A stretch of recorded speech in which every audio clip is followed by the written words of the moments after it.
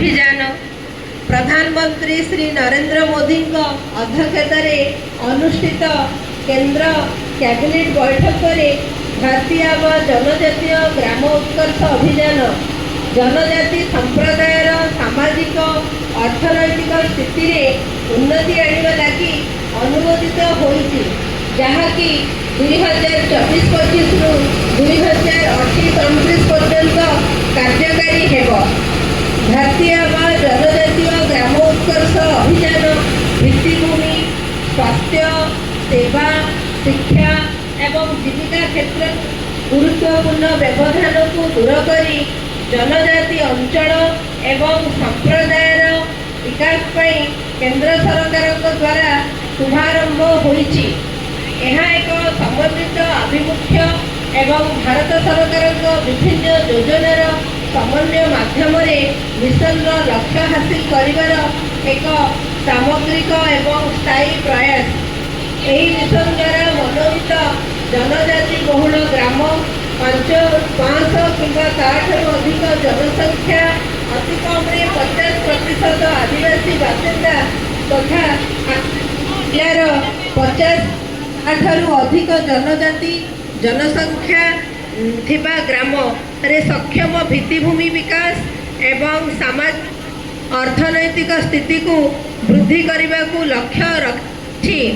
यह एक संपूर्ण सरकारी आभिमुख्य जहाद्वारा शिक्षा स्वास्थ्य क्षतार प्रवेश को करा जाई पारिबो। एही मिशन रे ओडिशार 234 ब्लॉक 7667 ग्राम 10,83,661 जनजाति परिवार एवं 48,15,670 जनजाति लाभार्थी अंतर्भुक्त अटंती।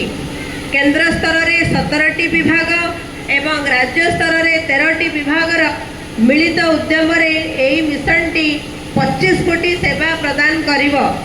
निरापद बासस्थान विशुद्ध पानीय जल और परिमल व्यवस्था उन्नत शिक्षार सुजोग स्वास्थ्य और पुष्टि सड़क और दूरसंचार संयोगीकरण विद्युतीकरण स्वच्छ एवं नवीकरण शक्तिर प्रोत्साहन एवं चिरस्थायी जीविका सुजोग भली सेवागुड़िक यही मिशन रे उपलब्ध।